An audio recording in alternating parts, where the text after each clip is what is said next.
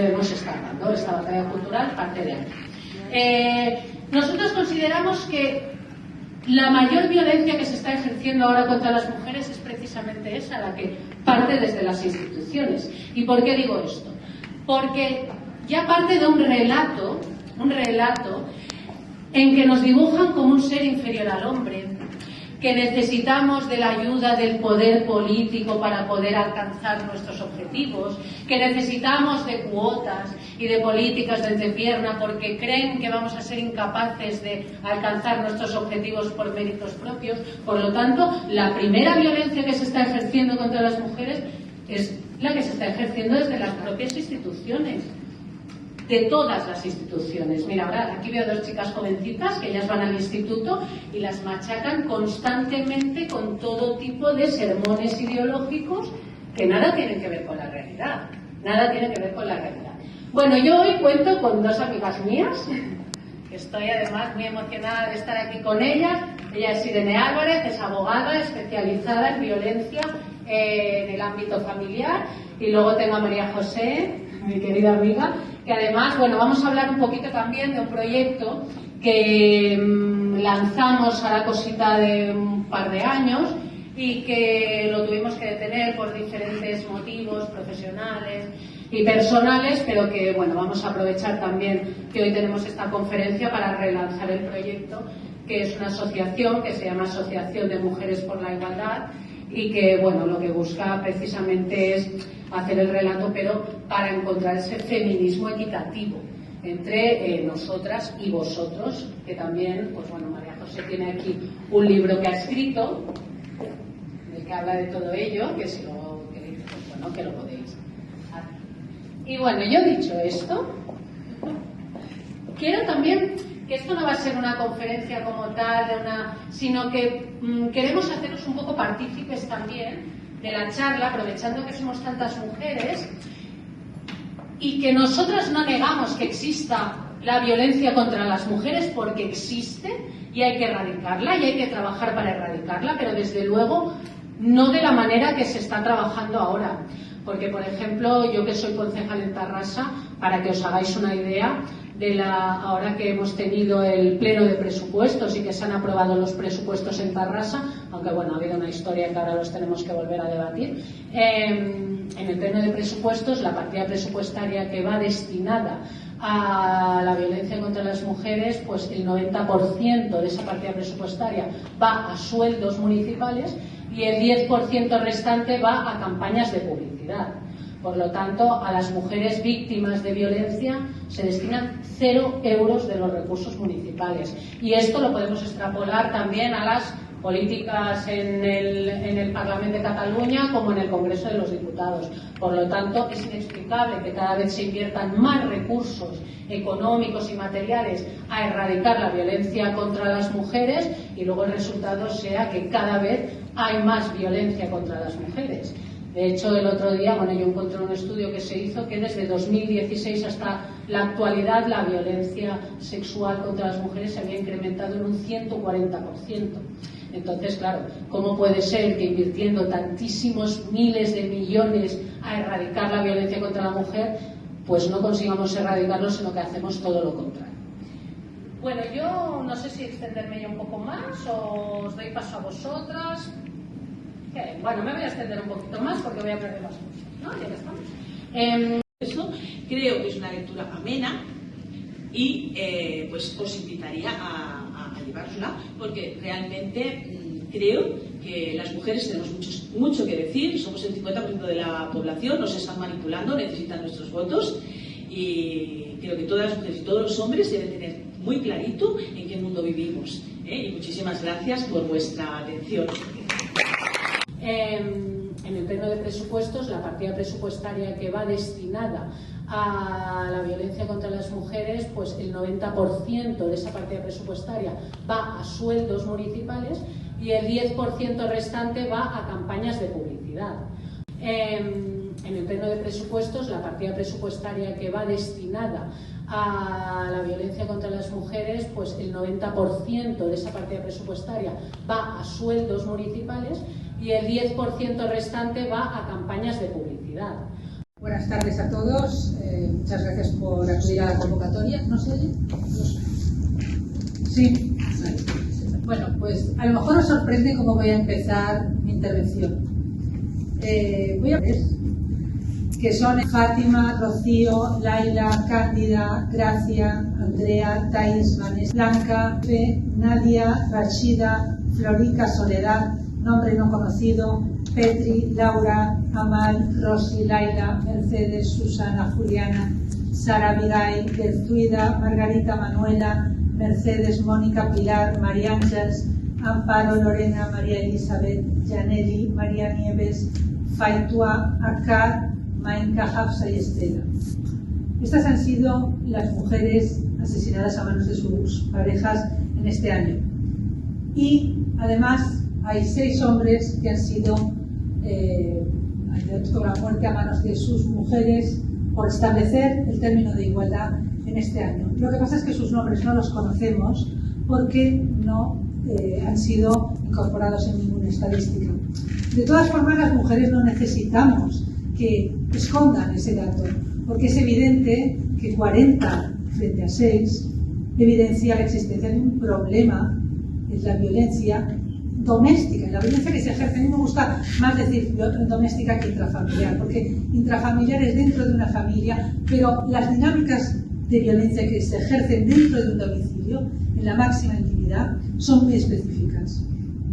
Y aquí es evidente que la que lleva la peor parte son las personas más débiles, sea la mujer, sean los menores, etc. Es decir, no necesitamos las mujeres que nos escondan una realidad porque es evidente y hay que luchar contra ello, contra la violencia dentro del domicilio y su principal víctima, que es la mujer. Además de, cuando hablamos de que la principal víctima es la mujer, hablamos también de los niños, porque además de 40 mujeres asesinadas este año, podemos hablar de 10 niños asesinados también. Las estadísticas hablan de 8 y hay 2 que no están dudosamente calificados, y 30 niños huérfanos, 30 hijos de estas mujeres que además podríamos hablar de huérfanos de padre y madre, porque si matan a tu madre y tu padre es un asesino, pues es como si no tuvieras ni madre ni padre. Claro, casi mejor no matar por ello.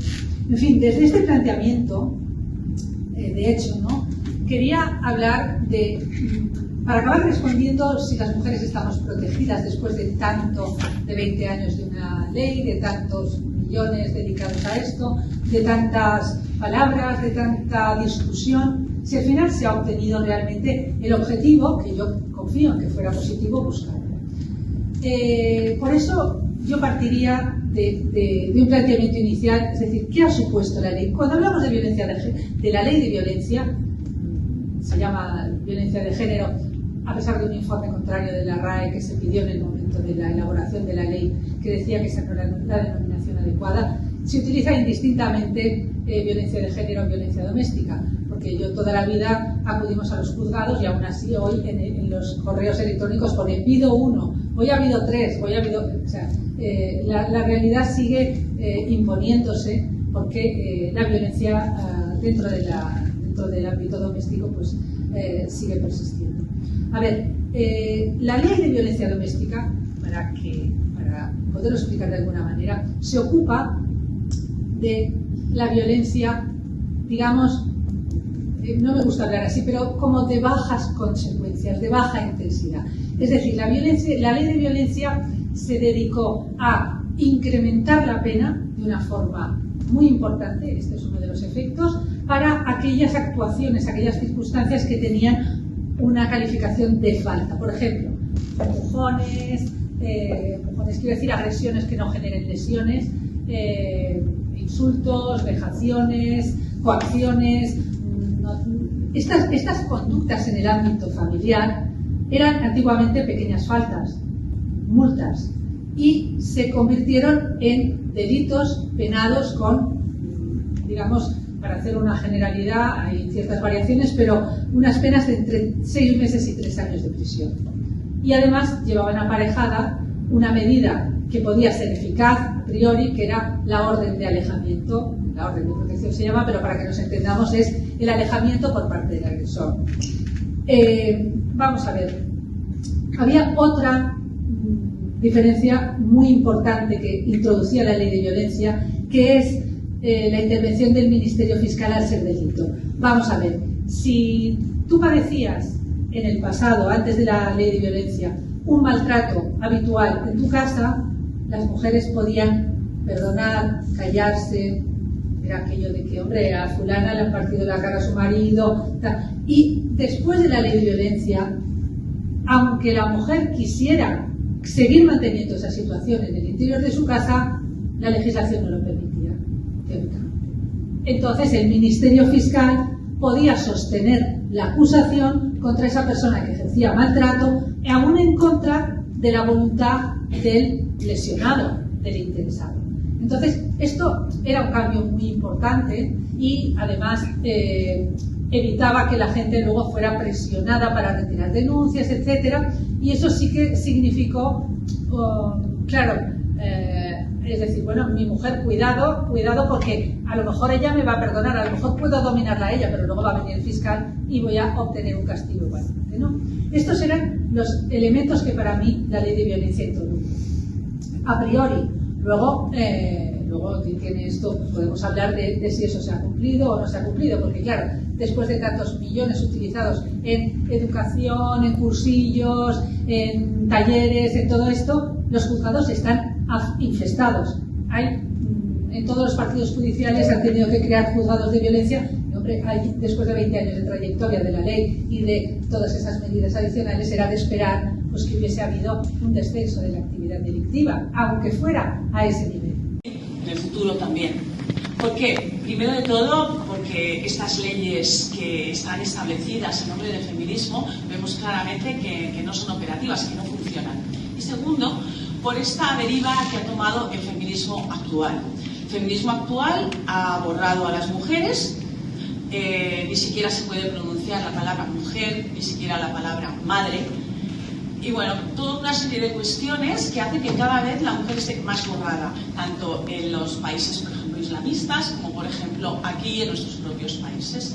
Cada vez la mujer deja de existir en lo que realmente somos, ¿no? Siempre se ha tenido la identidad femenina, se ha creado con respecto a la identidad masculina, ya sea para oponérsele o para comparársele. Y sin embargo, realmente resaltar la esencia de lo verdaderamente masculino cada vez se hace menos, y lo verdaderamente masculino, según también la gran escritora Camille Paglia, que para mí es un hito en la historia de contar lo que somos las mujeres, la maternidad es un elemento consustancial a la personalidad femenina, a su naturaleza y a su psicología. Entonces, Alicia ha hablado de todo el tema político, Irene ha hablado de todo del tema legal, tan importante, y yo voy a hablar del tema de cultura, valores, ideologías. Se está gastando muchísimo dinero en crear leyes que no están funcionando, y sin embargo, todo eso serán leyes que van a prever y van a atajar las consecuencias de la violencia contra la mujer, pero no van a las causas. Las causas, hay un momento en nuestra historia, de nuestra cultura, que realmente se estaba empezando a plantear muy seriamente este tema. La mujer ha empezado a ocupar también los espacios exteriores, lo ha quedado en el espacio interior doméstico, así como el hombre ha empezado a entrar también en el espacio interior doméstico, y se ha generado una sociedad muchísimo más equitativa, en la que los hombres y las mujeres cada vez somos más cercanos. Pero llegó un momento en que el feminismo reventó toda esa evolución cultural y social e ideológica, y ha hecho una completa oposición entre hombre y mujer, sí, creando enemigos. Supongo que porque viven de eso, claramente, viven de nuestro dolor, ese es su trabajo, ¿no? Crear cada vez más elementos para poder vivir a costa de ese Ministerio de Igualdad, gobernado y regido hace poco por una analfabeta consustancial, y hoy por otra persona que, en lugar de coger el tema del LGTB y tal, ha cogido el tema del indigenismo con las plumitas estas que llevan colgadas en las orejas. Bueno, entonces vamos a ver, el único antídoto contra la violencia es el amor. Esta palabra no se escucha, no se oye en absoluto, y sobre todo no se oye en los colegios, en los institutos, no se oye. La palabra sexo tampoco. Se oye práctica sexual, se oye sexo así, sexo asá, no sé qué. Cuando se habla de amor, se habla de poliamor. Cuando el dicho, o sea, el nombrado poliamor no es poliamor, en todo caso es polirrelación física con quien te da ni la gana. Pero el amor es otra cosa. Es que el amor es otra cosa. Es que el amor no es sexo. Es que es otra cosa. Entonces, ¿qué ocurre? No se habla. Entonces, si dos personas no se aman, es normal que se genere violencia.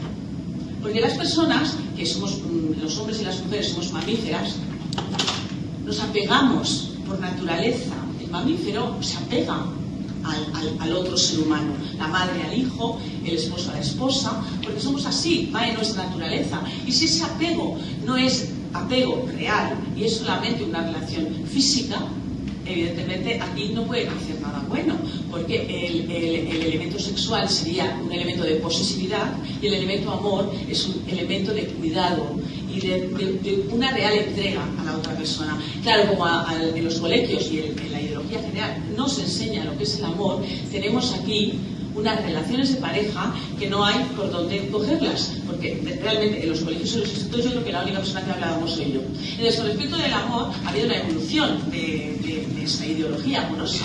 La evolución de la ideología amorosa que va desde los trogloditas, voy a hacer 3 o 4 saltos, desde los trogloditas hasta la Edad Media.